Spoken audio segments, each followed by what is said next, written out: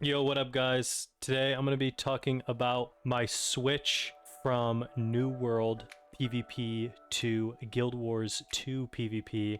Kind of explain to you what that looked like and kind of how complicated it was to get into Guild Wars and try to give you guys a new home. I know right now that MMO is like MMOs in general a little bit shaken up.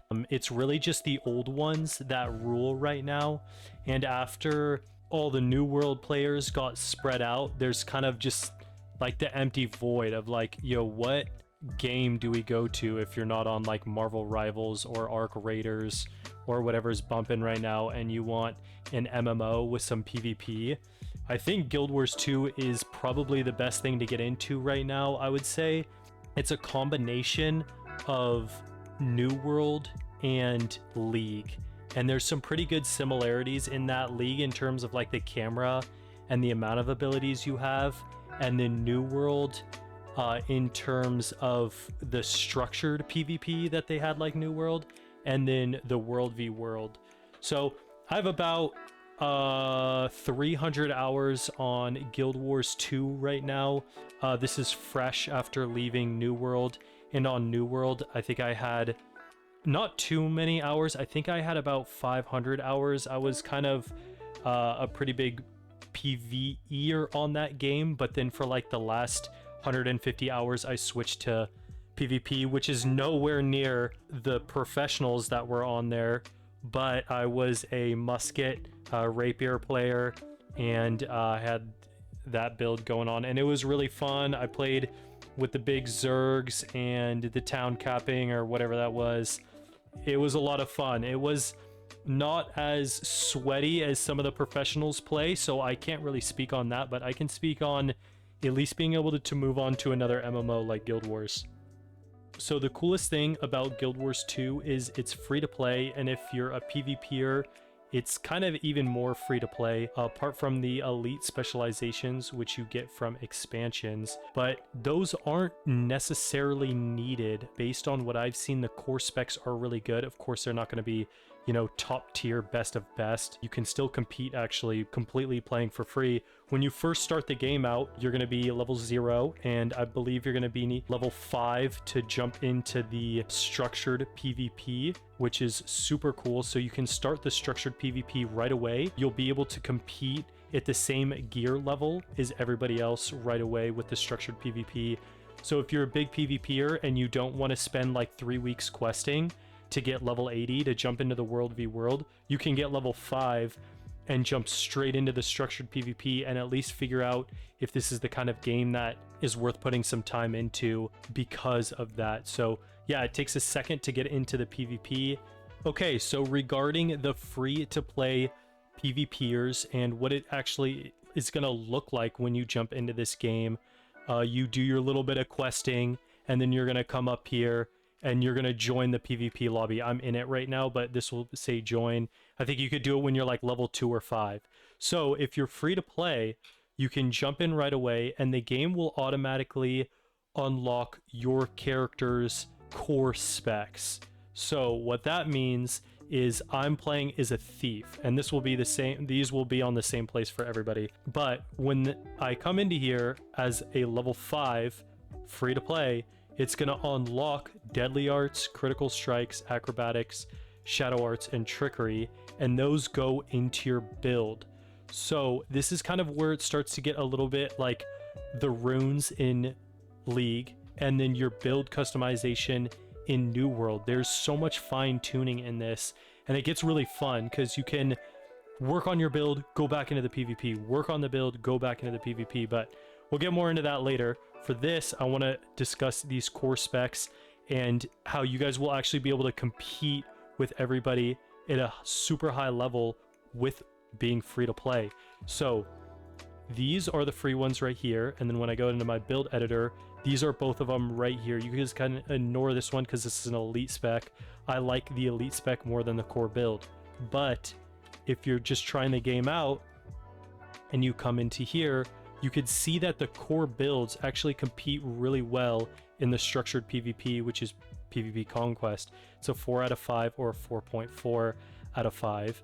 And then if you want to go into world versus world, which is like the big open fights like New World, where there's like 150 people in there or something like that, the core power sword dagger roamer is a 4.5 out of 5, and it uses acrobatics, trickery, and critical strike.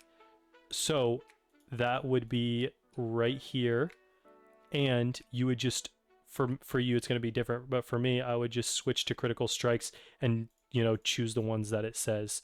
But this is free to play in the structured PvP, so you can jump in and start messing around with this stuff right away, and, you know, test out your builds.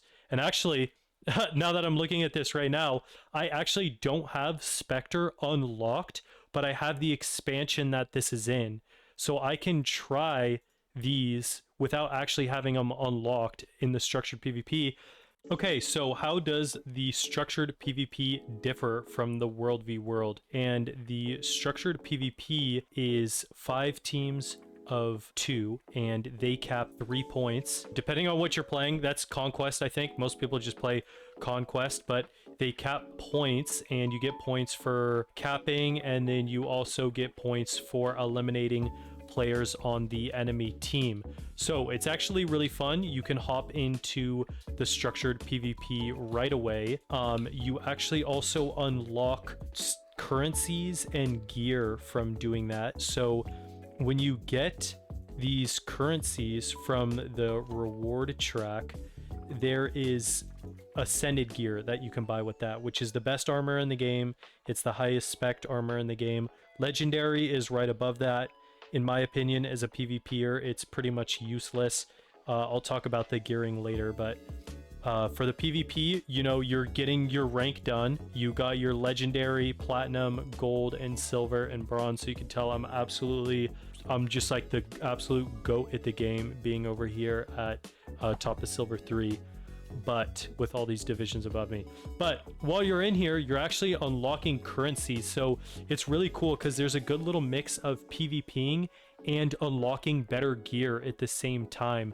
And the better gear doesn't affect you in the structured PvP, it affects you in the world versus world and in the PvE. So the World v World differs from the structured PvP because the World v World is pretty much uncapped, is kind of the way I would call it. The PvP is pretty capped because everyone is limited to their amulet, which anyone can play for the base game. You've got your relic, and then you've got your rune, and everyone can do this, so everyone is equally balanced, versus the world versus world, which is based on your gear stats and I would say kind of your gear score. I'm using exotic gear for this character, which is why it's orange. It's about 5% worse than the ascended, which is right above it. So the ascended is what you get from playing PvP and world versus world, so you have something to grind for. If you see down here, I have an ascended ring, so this is the best, this is the highest your stats are going to get. If I had exotic, that would be maybe like 80 power and then like 120 precision and then 80 condition damage. It would just be slightly worse, but the exotics gear still does really well. And when you get into the world versus world, it uses your exotic gear instead of your structured PvP build setup. So that's why it's pretty fun. When you get into the world versus world, it's a little bit more uncapped. If you get yourself the ascended gear, which is the grindier part of the game, which is kind of why it's fun, there's something to grind. You'll be able to do those like 1v4s and 1v3s. That is kind of really what's fun about the game, is just, you know, pushing yourself to, you know, take on large fights in the 50v50 arena. All right, so before we go any further, I want to talk about how the weapons work and kind of how the weapons differed from New World. In New World, every single weapon functioned the exact same way. There was no classing, and that's why in Guild Wars 2 the PvP scales way higher than New World, because a spear in an Ellie's hand versus a spear in a guardian's hand are going to do two different things. If you're playing Ellie and then you grab your spear, it's going to be completely different what it does than when you are in a guardian and then you have your spear here. So the abilities are going to reflect based on the way the character works, is kind of the way I've seen it. So if you're a thief, you're kind of like a glass cannon. If you're using a dagger, it's going to make you go stealth.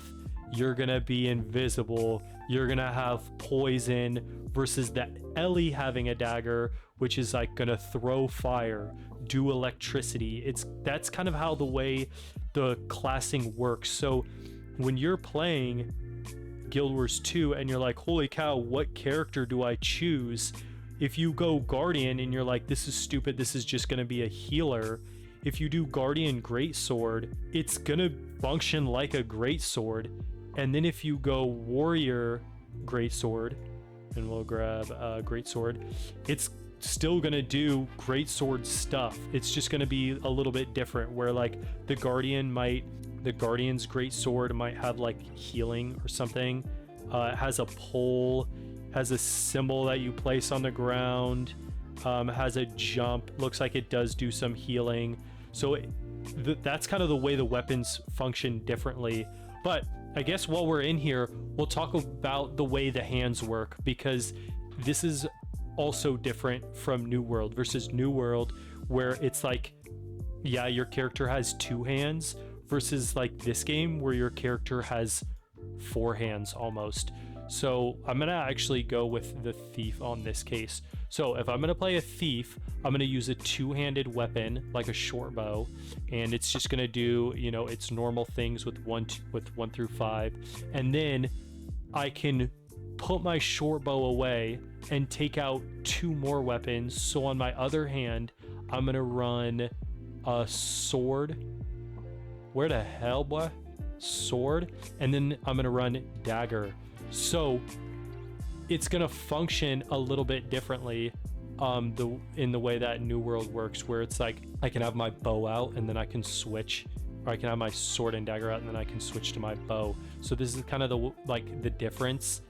It looks like the way that, oh my gosh, what the heck am I actually saying?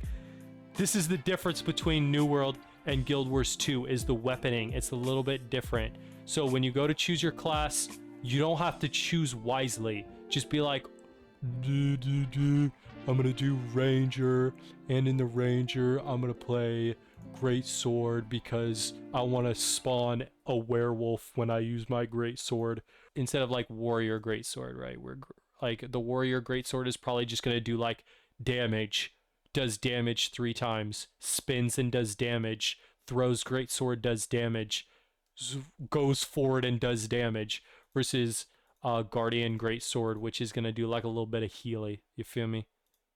It's gonna like heal when you hit the ground. It's gonna like do a little pull and a heal. So that's kind of the difference in the way the weaponing works.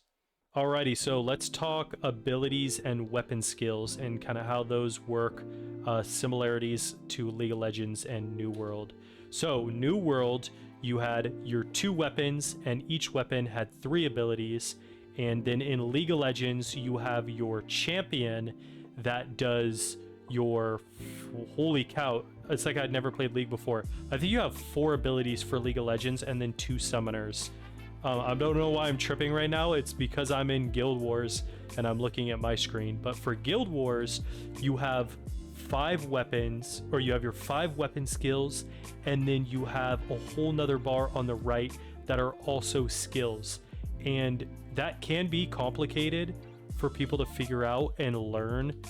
You can't be as smooth-brained like you can in New World, because in New World you just have your 6 abilities between your 2 weapons. In this, you have your 2 weapons and then you have the 5 abilities for each one. So yeah, it's worth a try if you want to jump into the structured PvP right away. I mean, it's free to do that. For the World versus World, it's also free. You're just going to need to hit level 80 beforehand, and then you can jump in. That was the same as New World as well, where it required level 60 or 70 to get in there because you were just going to get one-shotted, and it's the same for Guild Wars 2 as well. And then if you get an expansion, you can get a free level 80 character upgrade. Just upgrade a character right away straight to 80, and then it gives you a free set of exotic celestial gear, which is pretty good on most characters, so it's worth a try. Just jump in and give it a shot.